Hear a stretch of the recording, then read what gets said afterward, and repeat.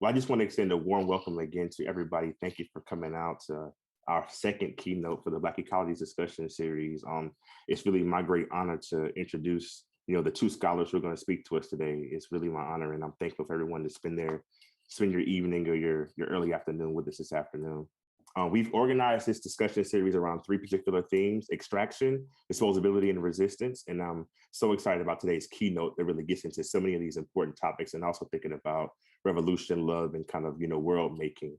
Um, this effort, the Black Ecologies discussion series, builds on an ongoing collaboration between myself and Dr. J.T. Rohn at Arizona State University, as we think about Black ecologies and Black geographies in community with artists and organizers in order to imagine horizons beyond extraction and disposability. We hope to draw on the histories of Black resistance to racism and ecocide as twin forces in order to interrupt the death and degradation of Black and Indigenous life, and to chart alternative horizons for ourselves and our communities germane to these histories and socialities. We've written together, and actually, I'm so happy our piece in Southern Cultures just came out on Earth Day together, me and JT's piece. But we've written together and we helped plan this event together. It's been my great honor to work with JT, and it always will be, period. We are, of course, indebted intellectually in this work to so many thinkers, critical thinkers in Black geographies and in Black environmental thought, some of whom who we've been able to see their research over the past month. Also, we are heavily indebted to two of JT's mentors, Dr. Claudrina Harold and Dr. Wendy Marshall. They continue to provide models about how to think, how to act, and how to create in the service of Black possibility, Black liberation, Black art, and Black futures. For this particular program, especially as we concluded, we want to thank first and foremost our co-conspirators in pulling this program together: Emerald Rutledge, who's a PhD candidate in English literature at the University of Wisconsin-Madison; Leah Kaplan, PhD student in philosophy at Emory University; and Alexis Young, undergraduate 4+1 journalism major at Arizona State University. Without their contributions to help bring together the themes and compose this program, it would not have been possible. So thank you to them. We're also grateful to our sponsors, especially ASU's Institute for Humanities Research, ASU, which houses JT's appointment in African American Studies, and also the School of Social Transformation; Deans Madavi and Cohen in the College of Liberal Arts and Sciences; Dean Boone of the College of Global Futures; the School of Philosophical and Religious Studies; the Digital Humanities Initiative; and the Environmental Humanities Initiative. In particular, we want to thank Jeannie Colquette, Jeannie You Know Why, Kike Palacios and SST, and Selena Oshuna, Lauren Whitby, and the tireless Lynn Grumbach. Thank you again for all of your help for this entire month. It's been wonderful to work with you and to meet you as well. We also would like to shout out and especially thank People Strike, which emerged last May out of a call with leaders from Cooperation Jackson, calling for mass action against the conditions of disposability with COVID that COVID brought. Essential workers and police murders brought directly to the forefront of our collective consciousness over the past few months. In many ways, our efforts to bring together these materials are in dialogue with People Strike's demands to decarbonize the economy in fossil fuel and extractive industries, institute a program based on reparations, repairing damages to frontline and fence line lands and communities, the restoration of indigenous sovereignty, land back, and the transitioning of workers in petrochemical, nuclear, and extractive industries into ecologically sustainable work, as well as institute food sovereignty policies in industrial food and animal warehousing conditions that stimulate the germination of viruses like COVID-19, contaminate our soils, and deplete our water, contaminate our soils. I would also like to thank, last but not least, all of the wonderful contributors to these discussions over the past month. Thank you so much. And I'm especially excited about today. As this event goes forward, please feel free to use the chat to underscore or uplift insights or thoughts to which you are bearing witness. You can also use the chat function or the raise hand function during the Q&A. At that time, we'll also pin participants to the top of your Zoom so you can engage in dialogue with those people who are here today. Please note these discussions will be recorded, so if you prefer to remain off video, that's totally fine. So please get comfortable, take care of yourself, and that'll bring us a long way towards practicing the collectivity we need to survive the current environmental situation. Please note, this discussion is polyphonic. No one is coming from the same experiences, understandings, interpretations, methods, means, or modes of creation. Respect people even if you disagree with their expressed ideas.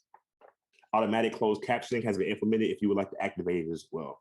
Okay, so I want to first introduce Dr. Leslie Alexander. I'm really, really excited about Dr. Alexander's presence here today. I'm really joyful that she's able to be here with us today.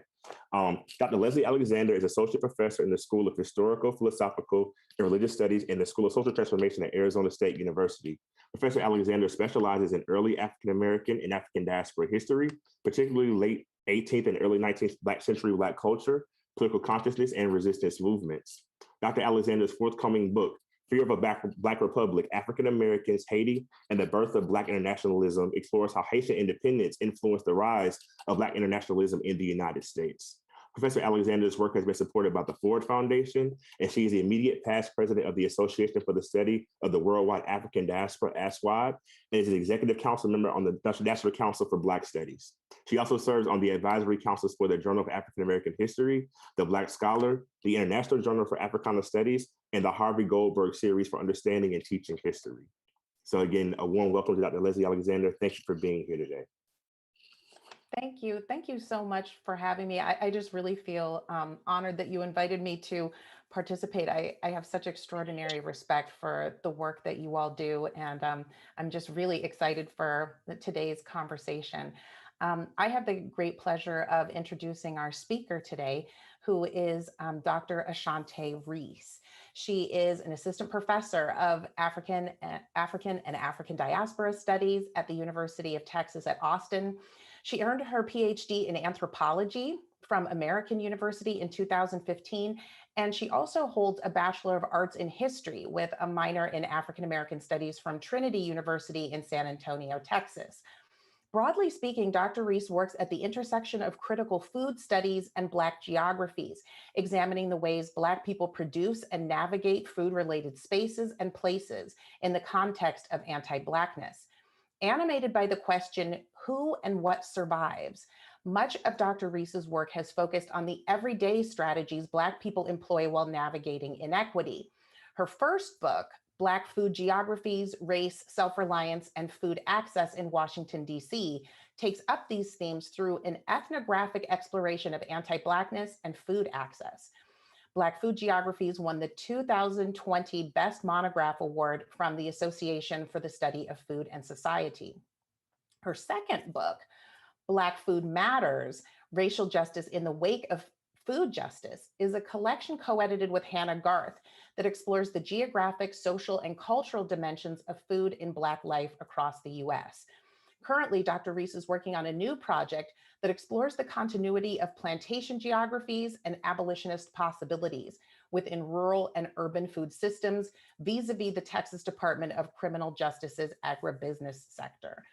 I just want to quickly note, because I know we're all really excited and enthusiastic to hear what Dr. Reese is going to share with us today, but I do want to just quickly note that just a few days ago, Dr. Reese published an article entitled "Tarry With Me, Reclaiming Sweetness in an Anti-Black World." And I think the link may have been placed in the chat a little bit earlier, but I'll place it again for anyone who may have joined us more recently. But I really want to encourage you to take a look at it when you can. As I said to her just a few moments ago, it is a beautiful piece. It's a beautiful piece in a haunting way that explores the painful challenges of reconstructing the lives of our ancestors, including those who at the turn of the 19th century, in their efforts to find freedom, were incarcerated, worked to death, and then forgotten. It is just a powerful, beautiful piece, and I really encourage you all to take a look. Dr. Reese, I am very much looking forward to hearing your reflections for us today, so I will turn it over to you with gratitude for being with us today. Thank you so much, Leslie. Thank you, JT, Justin, everybody who had something to do with getting me here. I know the logistics of trying to make something happen, even when it's on Zoom, are just that, their logistics and their labor. And so I really appreciate all of you. So I guess by way of preface, before I get started, so the last few months, and maybe not a few months, maybe the last 9 months, I've been rethinking ideas that have been formative for me in my work. And in part of this rethinking ideas has also been me revisiting sites, literal sites, places when I can, but also just kind of thinking about places and spaces that have changed. And so that is partly what inspired the title of this talk for today, which in a second will change to another title. So I will get started. And for those of you who don't like it when people read talks, I'm so sorry. It is a thing, and it is going to happen. In April 2018, I returned to the neighborhood in Northeast DC, where over 6 years at that point, I had conducted ethnographic fieldwork. It was not my first time returning. Every time I visit DC, I tried to visit, at least stopping in the small grocery market where I spent most of my time. But this visit was different for several reasons.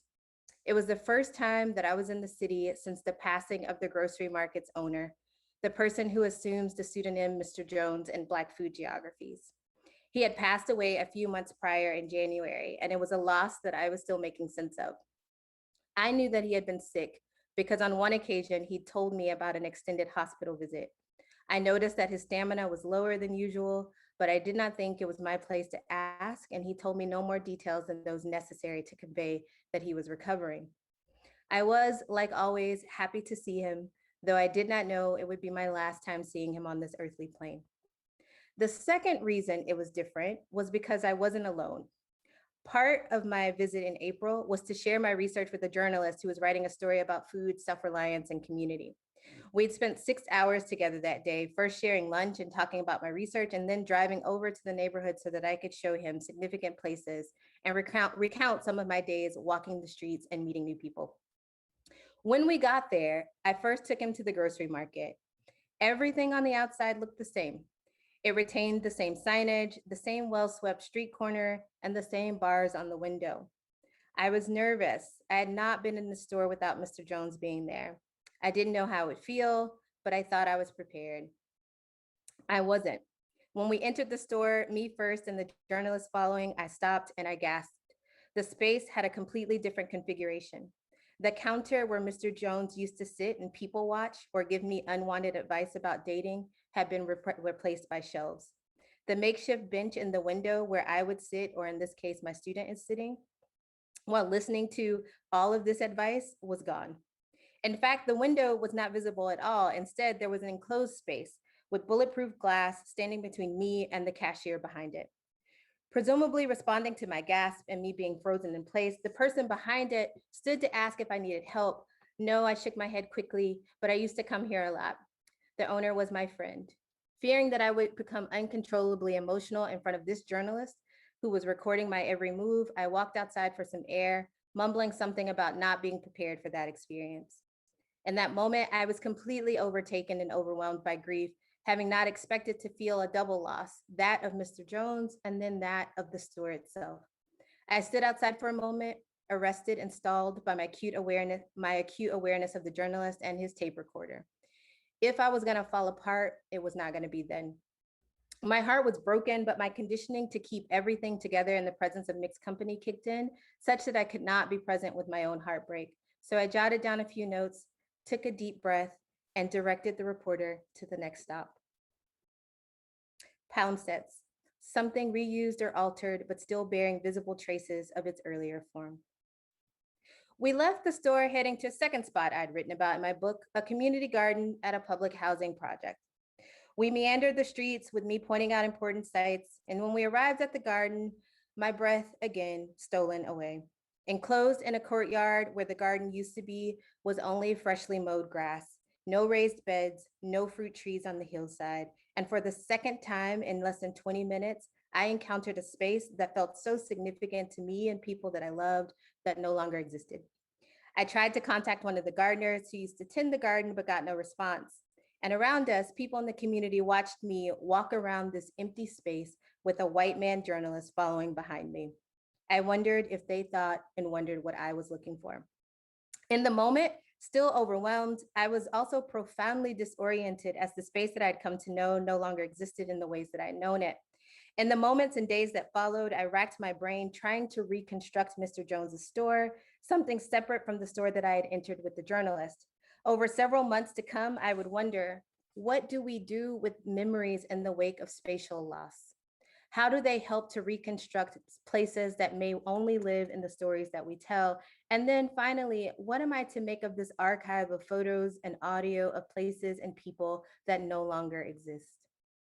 On the one hand, the loss of these two spaces could be tied to the most immediate present condition, the ways that gentrification threatens Black life and Black space in a city that still touts its Blackness for some semblance of authenticity. The changing neighborhood and consumers were, after all, a concern for Mr. Jones, who had, for as long as I had known him, been thinking about what to do with the store when he retired or when he passed on.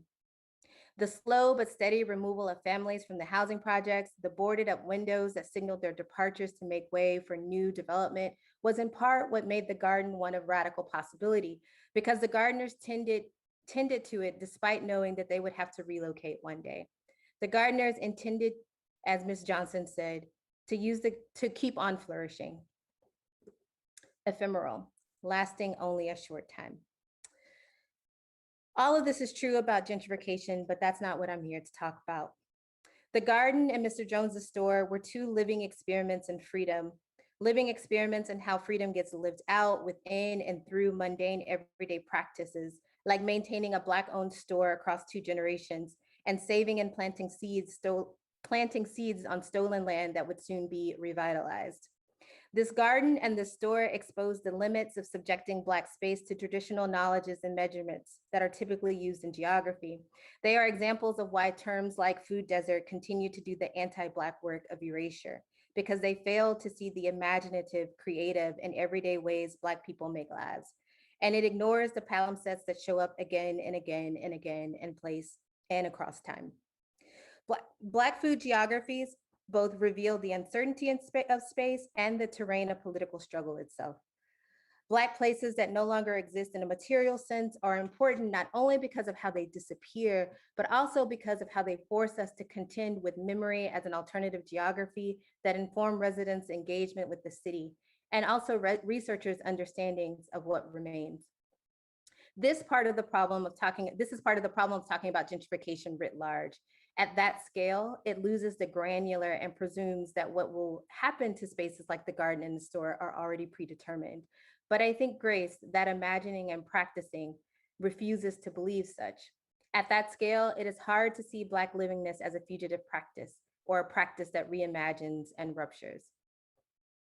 What changes if our ethnographic or research practices are reconceptualized as simultaneously being archival practices that capture those imaginings and ruptures in real time before or as they are becoming traces of themselves, before or as they morph into something anew? What if our ways of naming, documenting, capturing, and knowing a place were not primarily constructed as research practices at all, but as contributions to a different kind of world making, one that we may or may not live to see? What if the urgency of our work is not primarily understood through the timelines of writing a dissertation or submitting a tenure package? What if our work is guided not by saving or preserving a space forever, but rather by building the conceptual and methodological tools that will help catapult us into our rightful place in the stars? How, what, who, and where we choose to do our work is a professional and sometimes personal choice, but it is also a political one that has implications not only for our own work, but for those of the work of people in the future. And writing about working with archival fragments that would eventually become the basis for Wayward Lives' beautiful experiments, Saidiya Hartman writes, quote, "In my search for her, I soon encountered all the others hovering about her: the sociologist, housing reformer, probation officer, club women, social worker, vice investigator, journalist, and psychiatrist, all of them insisting that their view of her was the truth. One of them was always there, standing in my way, blocking my path whenever I encountered her," end quote. Whenever I read this passage, I wonder whose paths are or have been obstructed by the way I choose or not choose to document during fieldwork. Here, I'm sensitive to the fact that in some ways, these professions, our professions, train us to obstruct as much as they train us to reveal. But rather than being an intentional choice, obstruction as a tool of refusal, perhaps, it becomes a form of disciplining. So here I'm thinking about, what can the speculative open up for us? What if our field notes are planned to be read by others, not just only by researchers, but by those who are looking for a path forward? What if the notes, fragments, images that we capture are all that was left at the end of this world and the beginning of the next? And so if I were going to revise the title of this talk, I would call it Falling from the World, Earthseed, Black Geographies, and the Apocalyptic Now. During the trifecta of the COVID-19 pandemic, climate disaster, and anti-Black violence, many have turned to Octavia Butler's The Parable of the Sower for inspiration, for guidance on how to move through the apocalyptic now that she predicted and wrote about over 30 years ago. In The Parable of the Sower, we meet 15-year-old Lauren Olamina, who is a hyper-empath, a condition that is debilitating when she takes on other people's emotions. But despite this, Lauren Olamina is clear-eyed about freedom. 3 years later, when her community is attacked and her family is killed, Lauren gathers other survivors and leads them through the chaotic world outside of the gated community. And I just want to pause here that in writing this talk or revising this talk, it was not lost on me to also be thinking about Ma'Khia Bryant and how many other Lauren Olaminas don't get to be the people who are leading us away toward freedom. We know about Lauren Olamina's movements, thoughts, experiences, and visions for building Earthseed because she documents them, alternating between journal entries and passages from Earthseed, the Book of the Living. Lauren Olamina writes to us from the future. We meet her in 2024 and follow her through 2027. During our time together, Lauren Olamina shows us the future of this world: climate disaster that makes water near impossible to find, multinational consolidation and corporate greed that leaves whole communities left to die, desperation, murder, gang violence, constant threats to individual and communal safety. She also shows us what is required to build anew: the clearing, the gathering, the documenting, the visioning. In short, Lauren Olamina shows us the now. And I cannot help but wonder how the world would be different if more people listened to and learned from her and from other Black girls. But to not only listen and to learn from, but to adopt these practices of clearing, gathering, documenting, and visioning in our research, read world-making practices. So for the rest of this talk, I'd like to engage in some reimagining of the two sites that I opened with, Mr. Jones's store and the community garden, through a series of speculative field notes to conceive of how we too might build and live as Earthseed. In an essay for Efflux Architecture, Ruha Benjamin offers 3 field note excerpts, one from 1816, one from 2016, and one from 2216. Together, the field notes help us think through the past, present, and future of the genetic and aesthetic choices made at any given moment, bringing into sharp focus the violence and the casually eugenic processes bound up in narratives of progress and modernity. This methodological exercise, she writes, quote, is a way to fashion possible futures and probable paths, enabling analysts to critically reflect on the present. In experimenting with the lines between fact and fiction, we can begin to question the assumption of inevitability that surrounds technological development, end quote. And we can do this while exploring the relationality of innovation and containment. Who and what is fixed and placed, corralled and coerced, so others are free to fabricate all of our collective futures. It's not lost on me that in Ruha's speculative field notes, food is the connecting thread. In 2016, the question of how to address food security. In 1816, forced feeding of enslaved people. In 2216, a world in which the world food supply is not enough to sustain the human population, and thus there are those who have been genetically modified to self-sustain, and those presumably surviving through malnutrition.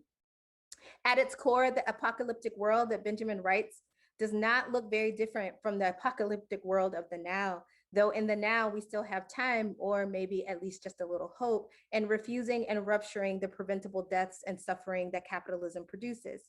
The question is, and has always been, but how? While I'm necessarily concerned with how we write different futures, the willingness, ability, and urgency to do so is firmly located in the now.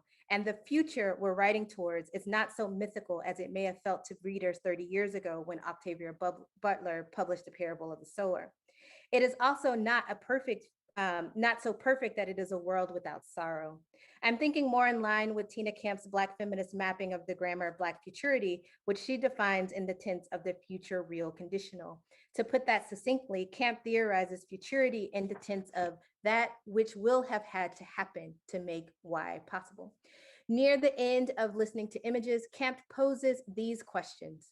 How do we live the future we want to see now when confronted with the statistical probability of premature Black death?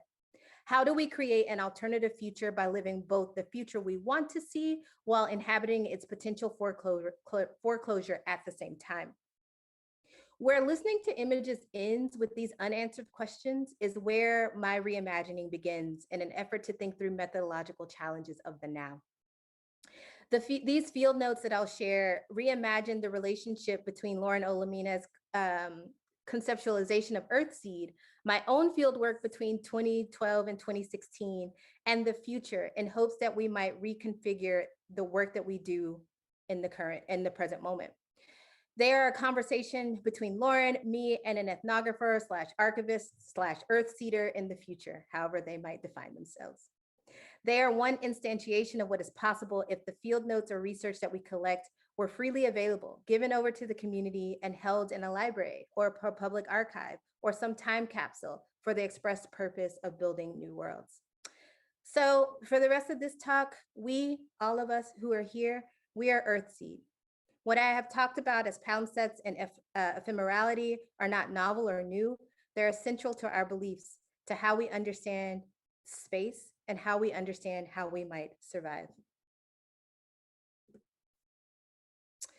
From Earthseed, the Book of the Living.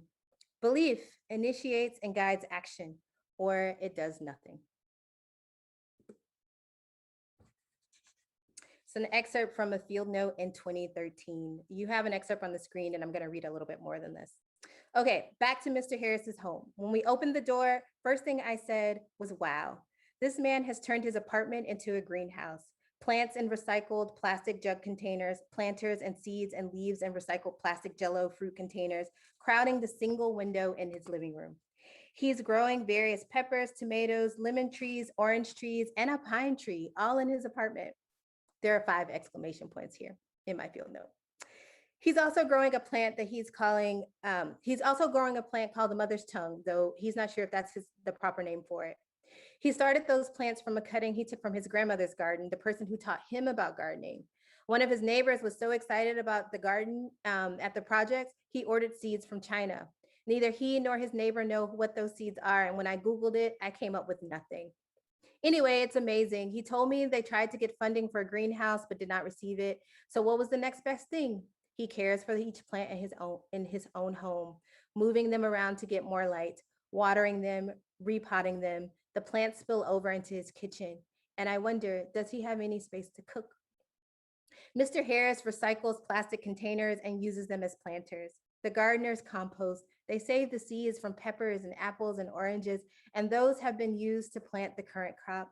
Now, it's unclear whether they are doing this as a result of not having much money, making a way out of no way, but I don't think that matters at all. The current interest or obsession with sustainability in this country is so marked by visibility. If there once was a period of conspicuous consumption that marked middle classness, then I'd say we're in a period of conspicuous sustainability now. But the folks here aren't doing this for airtime. They're trying to keep their garden alive by any means necessary. They fit well within a legacy of creating opportunities and sustainable lifestyles that is so much a part of Africana history. Even in the face of being relocated and having their homes torn down, members of this community are still planting life, literally and figuratively. From Earthseed, the Book of the Living. Your teachers are all around you. All that you perceive, all that you experience, all that is given to you or taken from you, all that you love or hate, need or fear will teach you if you will learn. God is your first and last teacher. God is your harshest teacher, subtle, demanding, learn or die. Field note, 17th of May, 2114. Today we plant. They try to feed us intravenously and we refuse.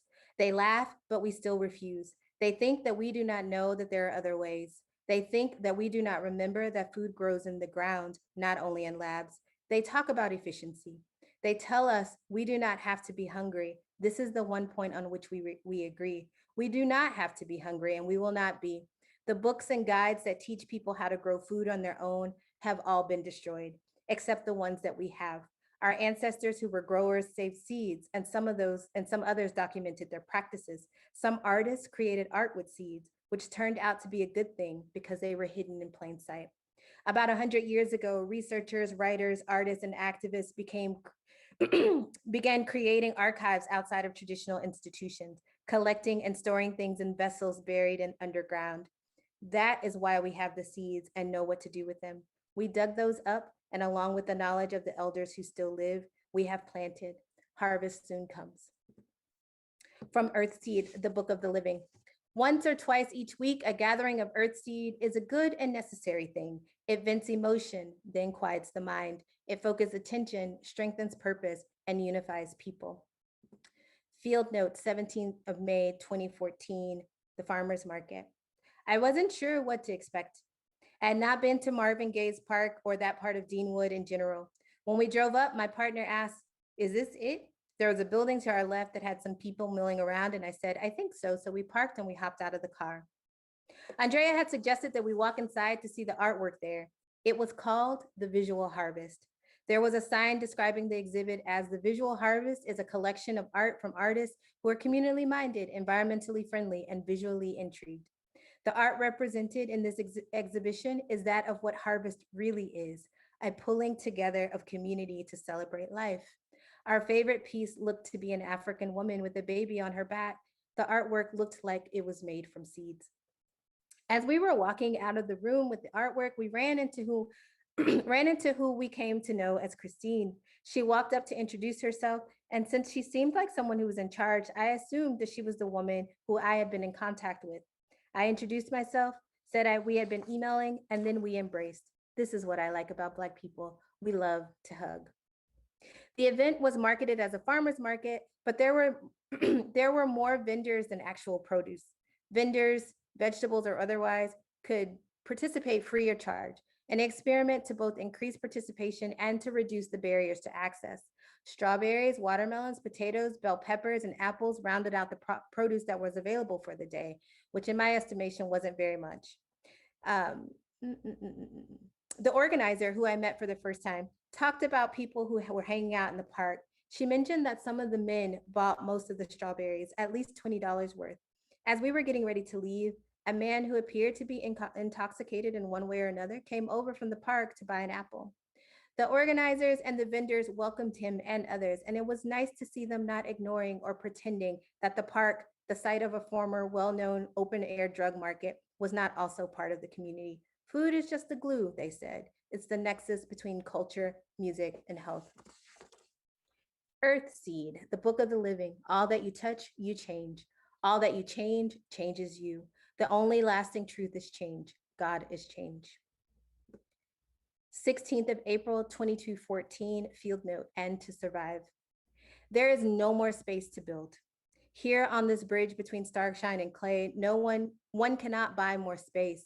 One cannot buy relevance or stature or importance. Here on this bridge between Starshine and Clay, we marvel at our survival.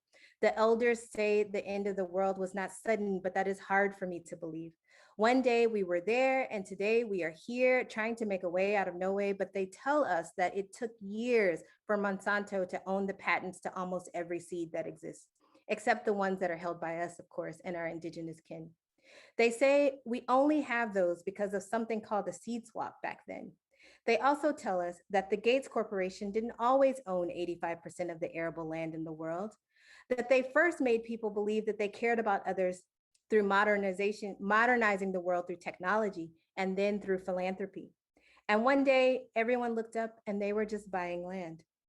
But our elders say that they and our ancestors trained for this, that this making a way is not new to them, and there are signs all around us. Those ancient ways are how and why we survive. The ancestors braided seeds in their hair, and they painted paths to this bridge in their artwork. They practiced systems of exchange that were not based on money so that those practices would carry on in our memories. They knew we would get here. They knew that we could not depend solely on the earth to contain us or our secrets. So they hid them and they carried them in their hair, in their bodies, in their heart, in their stories. And we planted those seeds. We hung the art. They tell us we were never meant to survive, but I don't believe them. If we were not meant to survive, how and why did the ancestors leave us so much? God has changed, but thank God for roadmaps. From Earthseed, the book of the living. Any change may bear seeds of benefit. Seek them out. Any change may bear seeds of harm. Beware. God is infinitely malleable. God is change. 29th of July, 2016. Fieldnote, he's tired and sick. First stop, Mr. Jones's store. When I walked in, he was sitting in his same rolling chair with one leg propped on the counter. I said, "Hey, I came to see a man about a dog," and he laughed. I leaned over to give him a hug and he kissed my cheek. At that point, I noticed that he did not offer to get up or to give me, he did not offer to get up and give me a hug. And I figured maybe he couldn't. Maybe he wasn't as mobile or feeling well. I took a seat and of course we began chatting about everything. I noticed that he was still wearing the necklace I gave him in 2014 after returning from South Africa. At some point while I was there, he let it slip that he had had surgery. He wouldn't say what he had had surgery on. And he told me he took out his earrings, but he told the nurse that he refused to take off that necklace. That made me smile. He hadn't taken it off since I'd given it to him. Just typing that right now makes me emotional. Mr. Jones is aging and his health is failing. At some point, I looked up and noticed that there was someone in the back, a stout Black man who would occasionally look up at us. I waved. He waved back, but he didn't introduce himself. I thought about going to introduce myself to him, but I didn't. I just kept glancing at him as he cleaned, stocked the cooler with more water, and organized the shelves. That man is Henry, Mr. Jones's other son, who I had not met. The 44-year-old is a cop for the Secret Service or the CIA. I need to double check. Mr. Jones says he's been doing that for 22 years and plans to retire. Henry mostly paid no attention to us as he went about his work, but I took note of him, mostly because during the week, there isn't usually anyone here in the store except Mr. Jones. Sometimes Rodney comes on the weekend, and that was another sign that he must not be doing well. While we were there, me and my student, I'm skipping about this field note, he mentioned that he is giving up the store. I can't do another winter. I don't want to do another winter. And that caught me off guard. I offered sympathetic understanding, but it made me really sad. I half jokingly said that he couldn't leave because I wouldn't know where to find him. He laughed and then told me he'd just give me his address. I know that neighborhoods change, businesses change, ownership changes, yet I cannot shake this feeling of incredible loss that will come when Mr. Jones closes the store. It isn't because the store necessarily feeds a lot of people. Sometimes they barely get that much business. It's because of this cultural and historical loss that will come with this closing. Regardless of how much business the store gets, it means a lot, and it means a lot to a lot of people, even to the many young kids who just come in to buy snacks after school. Mr. Jones knows them and quite possibly knows their families. Not only will the store close, but his brother across the street will close the barbershop, and they will never reopen the old restaurant. Those three will round out the closures of all the businesses on Sheriff Road, with the exception of a laundromat and the A&S corner store. Andrea let me know that Dave Brown's Liquor is looking to sell as well. It seems as if so many of the staples of that community will no longer be around. On the other hand, I feel it's really selfish to want to hold on to these stores, especially if the owners are tired and old and are sick and their children can't or won't take over. Why is it that our Black-owned businesses have to carry so much weight, have to fill so many voids? From the book of Earthseed, the book of the living. Earthseed, cast on new ground, must first perceive that it knows nothing. 28th of July, 2316, field note, a return. It has been a long fight, almost 100 years, but the place is ours again. Today, we take a pilgrimage back to the neighborhood we lost during the intense periods of gentrification that forced us all out. We touch the ground and we remember. We offer our first fruits of the season and we remember. We recommit to the communal practices whose roots are deeper than the beginning of this world, and we remember. This methodological exercise of writing speculative field notes is not only about the work of imagining various futures, but it's also thinking about how the work we do now participates in or anticipates writing our way towards or away from various possibilities. It is, as Anand Pandian writes, quote, attacking between close attention to what is and sweeping imagination of what else might be, end quote.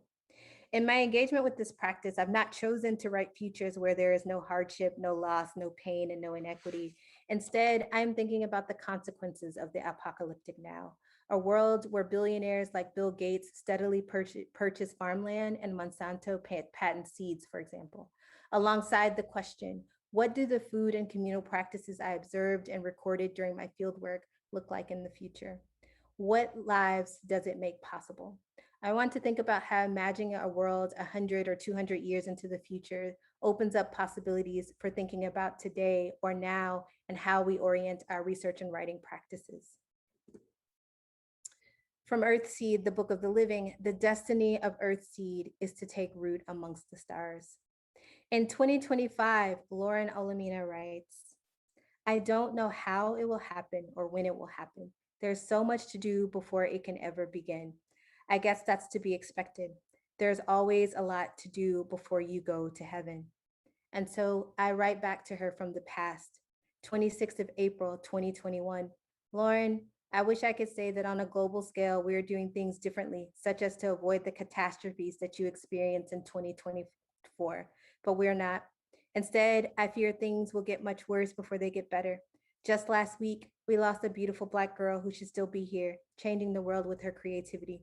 Daily, thousands around the world are dying from this ongoing pandemic because profit continues to reign over people. And then there's the violent removal of Black people everywhere. Where else can we be displaced to, I wonder? And we who work for the university are getting restless, questioning its utility, trying to find new language, new methods for wrenching our labor from it and toward the building of Earthseed. But it's hard. We're faced with enclosure on all sides, but they do not know that our destiny is amongst the stars, but we do. And many of us are ready to put it all on the line to catapult us there. And if not us, those you lead in the future. And so we collect, we document, we use our university resources to support community work. We train, and we train. I don't know how it will happen or when it will happen or at what cost.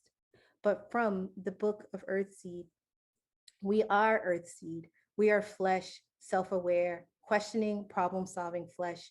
We are that aspect of Earth life best able to shape God knowingly. We are Earth life maturing, Earth life preparing to fall away from this parent world. We are Earth life preparing to take root in the new ground. Earth life fulfilling its purpose, its promise, its destiny. Thank you.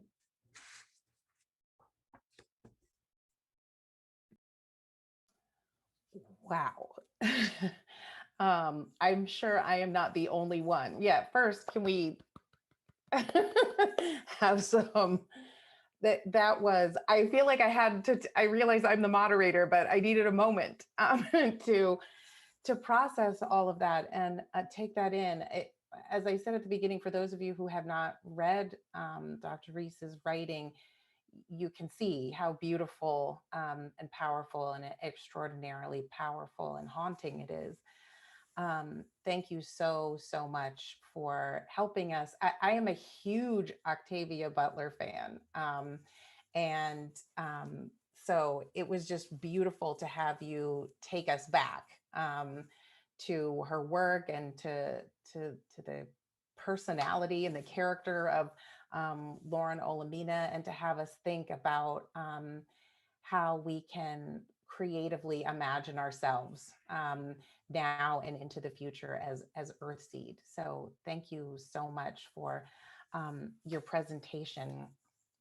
For those of you who are listening, I know we have a very active chat, but for those of you who are listening, Dr. Reese has very generously volunteered to stay with us for a bit and respond to some questions. So if any of you are watching on YouTube, you should feel free to submit questions there, and they will make their way to me. And for those of you who are watching and participating via Zoom, please feel free to submit questions through the Q&A feature, and we will respond to them there. As the questions start coming in, again, first, I just want to thank you for your presentation. Can you just talk to me a little bit about how what made you make this connection to Octavia Butler's work, and what I love the future, the field notes written in the future that are also connecting us back to this present moment, and actually even connecting us back to our ancestors. I felt like I was really, as a historian, I felt like I could really sort of see this beautiful connection between our, who I understand and perceive as our ancestors, but then also imagining myself as ancestors, right, to the people who are coming behind us. But if you could just say something about what inspired you to take this approach and to reconnect us to this idea of Earthseed.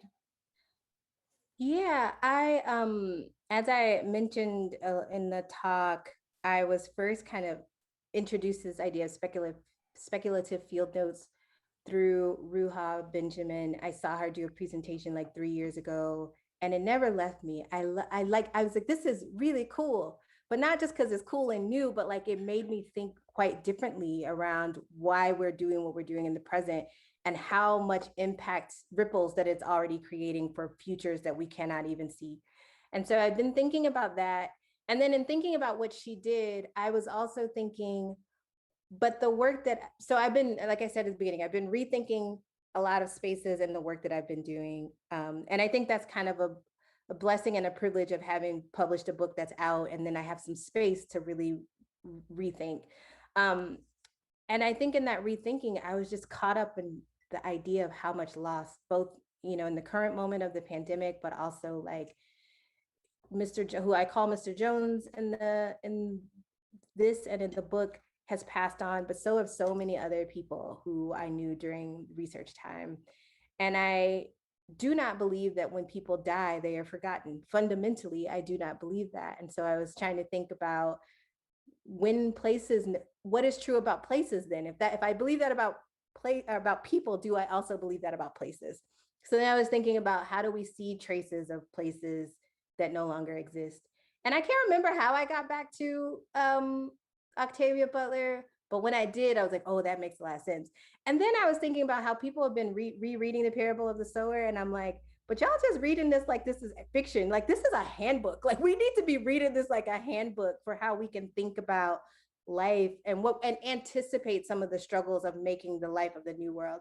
Like, I think that there's been so much talk about otherwise possibilities and mapping new worlds. And I think the challenge of that is that if we believe in that, something has to change about our practices now, though. And so that's what I think those are the things that I was thinking about, that it sounds good to talk about otherwise worlds, but like, what are we doing now? Like, how are we creating them? How are we living them? And so that seemed to work quite well with Earthseed. And I went back through reread the book and was like, wow, this really, just the Earthseed entries, even if you just read those and you don't read the whole book, are just really powerful. And so many of them connected with experiences that I had in the field and things that I think could possibly come. So I don't know if that fully answers your question, but I was kind of all over the place. And then No. brought me together. So Yeah, no, it really does. I think it just really, really resonated with me because for whatever reason, I found myself just in the past. It's probably as the result of the pandemic, but I found myself over the past like 6 or 9 months reconnecting with Parable of the Sower. I first read it years and years and years ago, and actually just recently gave the book to my oldest niece as a gift, and was like, let's read this together. And I wasn't even really sure what I was feeling so drawn to about revisiting that book, but your presentation today has really reminded me of why that is so powerfully important. There are some questions that are starting to roll in, but I do want to just before I get a chance to take a look at the questions, I do just want to ask you, really quickly, if you could just say something about what is so important about us imagining the future right now. And by us, I mean, in particular, us as Black folk, imagining the future right now. I actually happen to be in Columbus, Ohio right now. And so the community here has just been so powerfully shaken. And you by what happened to Ma'Khia Bryant and the murder of Ma'Khia Bryant. And, you know, you were just, you made a reference to that in your talk. And I do find myself, you know, just on a personal level, struggling a bit with,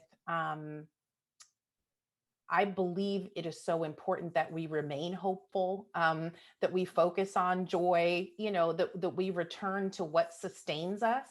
And yet I think we have to be honest about how incredibly difficult it is to do that sometimes. And so I was just wondering if you could just say something about what you feel like is so important about doing the work of continuing to imagine not just a future, but I guess I would say a victorious future for ourselves.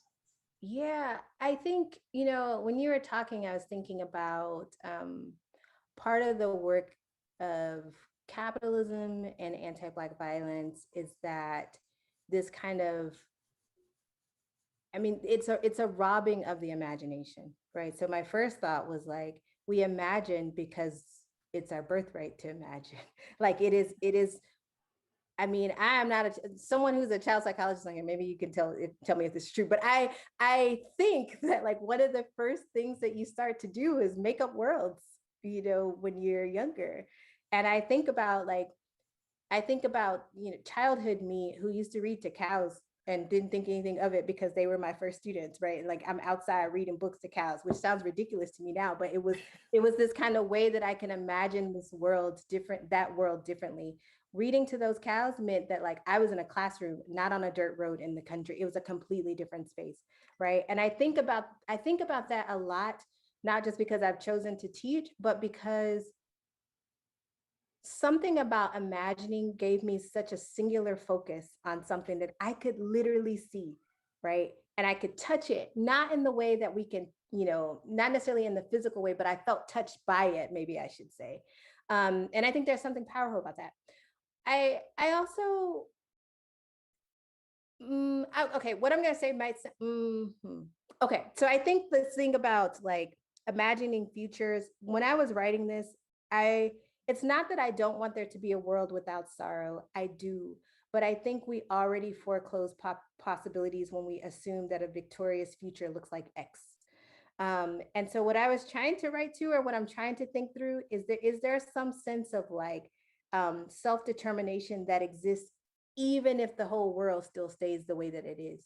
And so this kind of idea of like passing down traditions and memories and experiences, even as Monsanto is taking over the world, even as the Bill Gates are doing the shit that Bill Gates is in the world too, are people still focused on building community and survival? That's what I think about a lot, right? Like if we depend on this world to change as the only way for us to have another world, I think we have already failed in some capacities. And so, you know, I also think about, scale a lot. At what scale do we know a thing and how we experience a thing? And so like, to me, my personal imagination feels like the closest thing to my body, to like, that feels like a really close scale.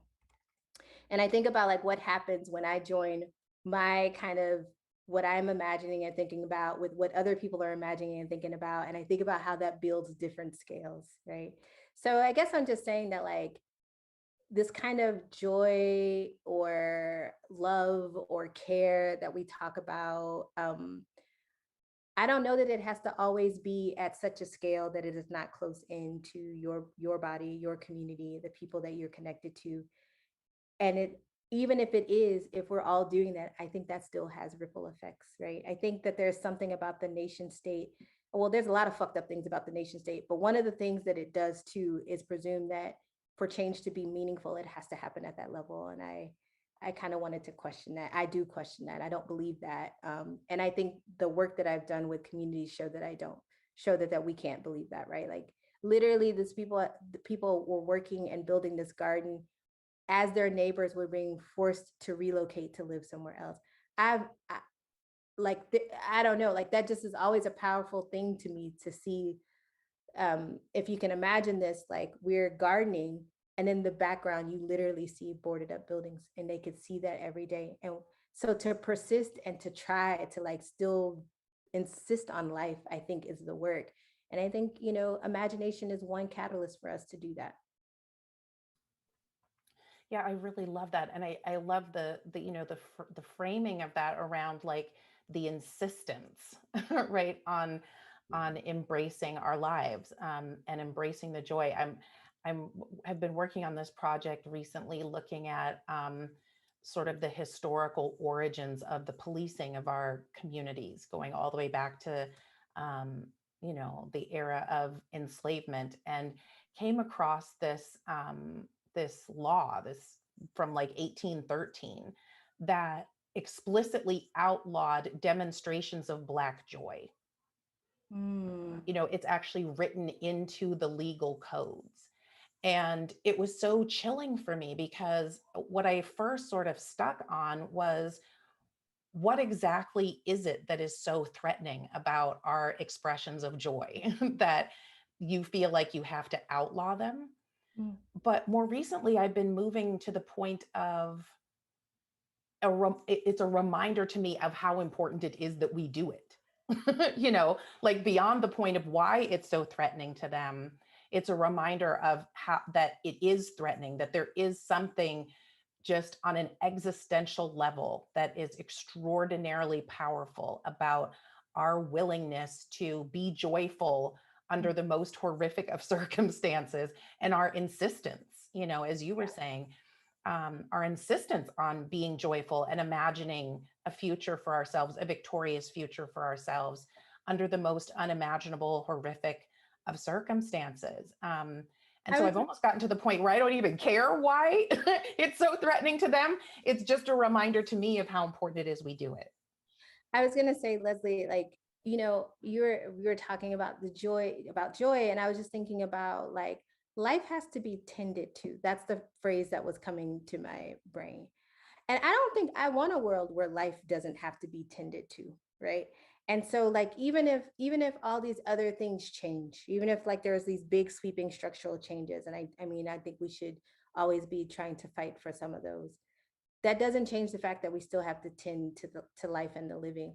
And I think about this most with plants, you know, by all measures, my plants, my house plants are like, they live a pampered life. And you know what they still need? Me to take care of them. They don't have to do shit. Like they're like here, you know, I mean, they do stuff, right? Sorry for people who love plants. Like plants do things. So I'm not saying they don't do anything, but like I still have to tend to them. And I still need to pay attention to them, not only just as a whole group, but individually. They don't all need the same things, right? They don't all call for the same things. And I think that's the kind of livingness that I'm interested in. How do we like pay attention to the granular everyday, and tend to it, you know? And I think like joy, all these things are, they are ways of tending to the living. Yes, absolutely. I just have to apologize. Speaking of the living, I have some people in my house in the background, so I keep trying to mute myself, but I apologize for the joyful demonstrations that you may periodically hear in the background. I keep texting them like, hello, I'm on a panel right now, but there are some Black joyful expressions happening downstairs. So my apologies. I do want to move to some of the questions that we have. And in particular, I want to start with a question that JT has posed about what do you imagine some of these other trajectories might offer us? And in particular, he's asking, what would the field notes read like if we moved outside the current horizon? So I have two thoughts on that. The first one is I took it out of this talk, but one of the things that I've been thinking about is perhaps it's not just like how the field notes move, but how we are, what intention we have for them from the beginning. And you know, as I was thinking about like all the stuff that I have, I conceived of public in a very different way, that perhaps I can take this stuff and like oh, I can work with someone, we can make a documentary, we can do this, but I didn't think about making my own field notes public. And then even going back to read them. So in preparation for this talk, I went and read all of my field notes. And I was like, wow, you know what I would have done differently? I would have added more detail here, here, here, here, here. If I knew someone else was going to be reading this as if they knew nothing about this space, right? So I think the first thing is thinking about like, how do we open up our field notes? And of course, that might brings up some ethical questions for some of us, but how do we open up our field notes such that they are public and shared in some ways? And I don't know if she's still on here, but Adia Benton is one of the first people that I knew who would like publish some of her field notes on her website. And I thought that was really like a really good practice, right? But it was like a practice that somehow, you know, she chose on her own, but it's not like a standard practice, right? So I guess I think about what would be required for that. But in terms of what I think they could do for the future, all these alternative pathways. I don't know about my own, like, I'm going to take it out of my own work and like field notes in particular, but I think of things like Monica White's Freedom Farmers. I love seeing people's reactions to that book. I love seeing people talk about how the way she writes about like Fannie Lou Hamer all the way up to the present shifts something for them about what they think about farming.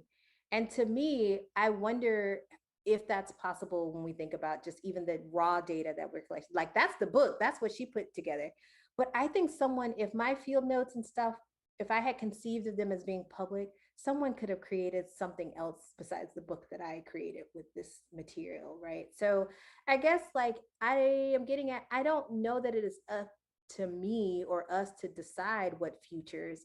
I think it's up to me and us to decide, can we open up things that might create or make way for different futures? So that's a little different wording of the question, but like, you know, as anthropologists, everyone collects their own data in some way or another. And I just was thinking like, wow, like, what if someone didn't have to, and I just turned over all my stuff to them and they like analyzed it in a different, would that be a different experience? It would be a different experience. They would write something different. They would create something different. But not only that, like I did research in a neighborhood that has very little written history. And so I think a lot about how I wish this stuff could reside somewhere that isn't a university library or archive. And I don't know that maybe it can, but it's just stuff that I'm thinking about. I didn't ask for permission to do that though, right? Like, so I don't know. So this is what I mean by like learning from what I've done in the past to think if there's some things that I would do differently. And I think I would do this differently if I were doing another neighborhood kind of study. Thank you. Thank you so much for that. We do have some more questions that have come rolling in. JT and Justin, do we have time for one or two more questions? Yes. Okay. So there's a question that came in from David Jones that was making a reference to a passage that you cited that seemed to suggest that one of the challenges facing us is to develop research methods that can kind of catapult us. And so the question is, would you be willing to revisit and perhaps even reread that and maybe elaborate on that point a bit more? Yeah, so I think like, you know, we do research and we mostly talk to each other. And recently, or not recently, like this semester, I teach a research methods class for graduate students. And we listened to a talk by Kuguru Mancharya. And at the end of his talk, he says, "Who is gathered by your invitation?" And I am just slain by that. I think about this a lot. And one of my students like reminded us of this last week or last class. And so what I love about that question, who is gathered by your invitation, is that it forces me to think about who are my audiences? How do I do research in a way that can have impact in other words, I guess like for me, research has to be something more than just my individual curiosity. And if it's more than my individual curiosity, how do I make sure that it can get into the other people can be gathered and invited into the space with me? And so I guess one thing I would say on a very like, besides, you know, allowing people to be along the research journey with you, Um, I'm a big component of writing in non-academic journals. I think it matters. I really think it matters. I don't think it makes your work less rigorous. And I actually think it's kind of a challenge, right? Like the Oxford American piece, Leslie, that you mentioned, I was so stressed out about writing that. And it was so hard because I couldn't hide behind, citations. I couldn't hide behind, like, let me just couch this argument in this way. I had to think about what feels true about this. How do I fit? And I also don't write a lot of things about my personal self and stuff. So anyway, there's a whole nother thing. So what feels true about this? How do I fit and how am I implicated in this as well? And then, like, what do I want this to do? I think beautiful writing matters just because it's beautiful, but I also think beautiful writing moves people, literally, like moves them emotionally, but can move people. And so I guess like this kind of catapulting is also rethinking who we're talking to. And how do we make sure that people we want to be talking to get to hear what we're having to say? Yeah, thank you so much. That's beautiful. I think that's really, really important. And I like the way you're thinking about multiple ways to move people, right? Moving people emotionally, but also inspiring people to take action. I think we have time for one more question that came in from YouTube from Amber Woodburn. Just wondering if you could share some reflections on how imagination can be integrated into pedagogy, particularly to emotionally support Black students who are studying painful histories. And Amber gives some examples like confronting erasure or learning about urban renewal, and kind of reflected on the fact that it seemed to give some hope and catharsis while you were completing your own work. So if you could maybe say something about how imagination might be used as a teaching tool, especially with Black students. Yeah, so I can tell you like some of the assignments that I use in my Black Geographies course. So this semester, students have to create a Black Geographies portfolio, and it has all of these different components. But one of the components that I'm most excited about, and some of them are most freaked out about, is that they have to write a recipe. They have to write a speculative recipe related to their topic. And it doesn't have to be something that can physically be made. It does not have to be something that is edible. They just have to make a recipe. And they're like, Dr. Reese, what the fuck am I supposed to do with this? Like, this is where you get to stretch, right? And like, so for example, I have a student who is like doing a project on the ways highways have like intersected Black communities historically, et cetera, et cetera. And I just asked her, I was like, if you were writing about what this, if you were making a recipe about what this feels like, or what this experience is like for people who have lived here during the time, what does that taste like, right? Does it taste like despair? Does it taste like resistance? Does it taste like hopelessness? What does it taste like? And what do you imagine hopelessness tasting like, So anyway, they make this and they're like, I don't know, y'all ask me in a week or two how it's going. I am not sure yet, but like it's one way that we do this. For my food class, I have a class, food in the racialized city. Last semester, students had to make a 1-minute advertisement for a restaurant, an imagined restaurant that had certain social justice principles. And they could create it however they wanted to. They could create it at any time period as they wanted to. And that was cool. I really enjoyed those assignments. And then the last thing that we did last semester is students created a zine. And the part of the prompt for the zine was, if this were the handbook that was left about food, how to do food justice, what would you include in it? And then they created that.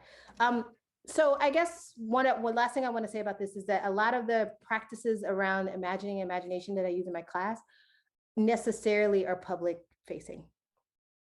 Because I don't know, my experience with students is that it's easier to imagine when they know what the audience is or who the audience is outside of themselves. And so it's always fun. I absolutely love that. And I don't know, I feel like I'm going to be asking like JT and Justin to invite you back to tell us about how the recipes turned out, because now I'm going to be super curious. Well, yeah, I'm super curious about it too. I need to write one myself. I feel like I need to write one so that they can. That's fair. Yeah. We'll see. Thank you so much. JT and Justin, let me know. I think we might be out of time. Okay, I just want to thank the two of you for inviting me to participate. This has been such a pleasure. I feel like my whole consciousness has been expanded and lifted this afternoon. So thank you so much. And Dr. Reese, thank you so much for sharing your work with us. Thank Yeah, you. no, thank you so much, Dr. Alexander and Dr. Reese. Thank you. Thank you. Thank you both. And thank you, Justin. And thank you to all of the folks who have been coming to this. This is our final thing. And I think we couldn't have asked for a more inspiring and imaginative, really tour de force. You crossed theoretical boundaries. You went through literature and ethnographic notes and history, but also pedagogy and like political futures and practical futures. So we are just so happy that you have come to put a real point on our shared time together for this series, this Black Ecologies series, Dr. Reese. And thank you so much, Dr. Alexander, for facilitating such a wonderful discussion. Again, I'm very humbled. I have shared on social media, so I'll say it here. I lost an aunt today, or last night, actually, my father's first cousin, who I consider an aunt. And I'm invoking her in this space because, like my father, she died of congestive heart failure, right? So for me, this Black Ecology series has been so inspiring. Not only am I stepping away with such new and pointed analysis and shared communal analysis from the work that folks have done, but really charged with how to move forward, how to think Black ecologies beyond the kind of extraction horizon, the horizon of disposability that we know currently governs Black life. So thank you all for your participation, for your engagement. I know some folks have been at every one of these, and sometimes it'd be hard for me to be at every one of these. So Justin and I think we were ambitious in having so many talks, but or so many discussions, but it's been so fruitful, and we're just so honored to have shared this time with you all. All of these posts will be up at IHR's YouTube for about 6 months, and then and then you can't get them no more. So go watch them now. Don't play yourself. So yes, and again, thank you all so much. Thank you to our sponsors who were listed at the beginning. Scroll back if you want to know who those were again. We won't go through that again. We love them and we appreciate them. And I want to say thank you to Justin and to the other folks on the planning committee, Emerald, Leah, and Alexis, for just conceiving of this whole process and this whole project, really being in community with us to do that. And I particularly want to thank the IHR folks, and I want to thank the SST folks who really have made this possible, right? We said that at the beginning, but you all have really made this whole thing possible. So with that said, we're going to end the recording. Generally, folks be lingering because it's just a good time in the background. But no pressure. Thank you all for coming. Thank you all for tuning in. And this has been the Black Ecologies 2021 Spring Series. So thank you. Recording.